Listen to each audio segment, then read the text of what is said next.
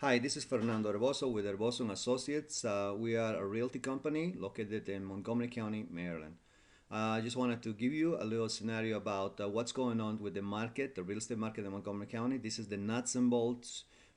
We do this all the time. We work on real estate 24/7, and I can show you some charts of what's going on the market today, but sometimes it's a little bit confusing, and then does not give you a clear picture of what's going on. So this is an attempt to actually be able to show you what is going on our community today. I took the properties that were sold for the first 18 days of November. Today is November 18, 2011, so I'm taking the first 18 days of this month. What's going on what has happened on the last 18 days in Montgomery County?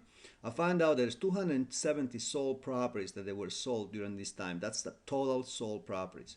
From this properties sold, 209 were regular sales. What we call a regular sale is something that is not a short sale and it's not a foreclosure.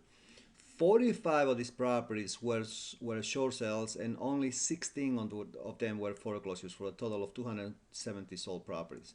So I want to dissect a little bit more the information, and I want to talk to you about these bullet points that I put in this blog. The Silver Spring, Maryland is basically the hottest market in this area, because they have the most sold properties, the most listings, whether they're short sales or foreclosures. They have the most listings sold as a short sale, as a foreclosure, and Silver Spring is definitely the hottest market on this area. Very closely coming on second is Bethesda and Potomac, because these are very particular a good area for homeowners, because we are not seeing that many distressed properties on these areas as well. I guess because it is one of the most expensive areas on Montgomery County, and I believe that there's a lot of people who have the money to be able to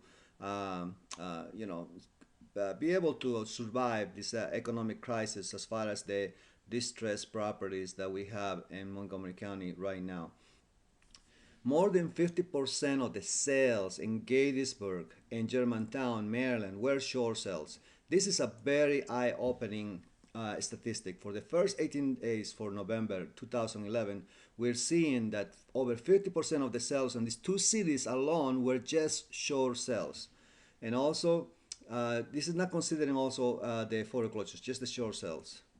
And then the most important factor that I see that is very eye-opening for me is that there's only 16 properties were sold. Out of the 270 properties sold, there's only 60 on them were foreclosures.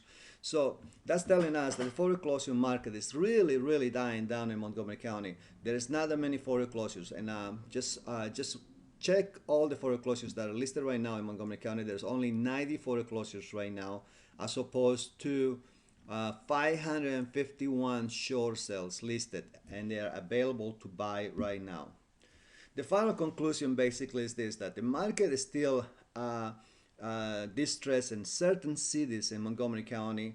The cities that are affected the most are the ones that are farther away from the Beltway, from 495, from Washington D.C. area towards the north. The farther you are, the more your property lost value in the last few years, and the more it's going to be, the longer it's going to take to be able to recuperate some of the equity loss.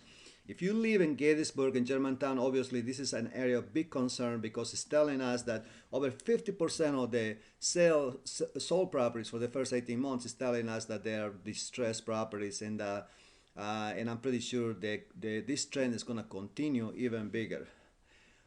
We did, when I used to make the market report for short sales versus foreclosures, usually they used to be hand in hand, around 150 foreclosures to 150 short sales in Montgomery County.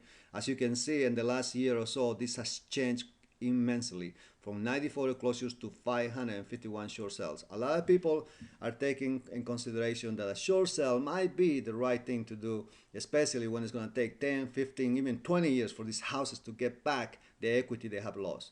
If you need more information on this, feel free to give me a call. I'll be glad to talk to you. Have a great day.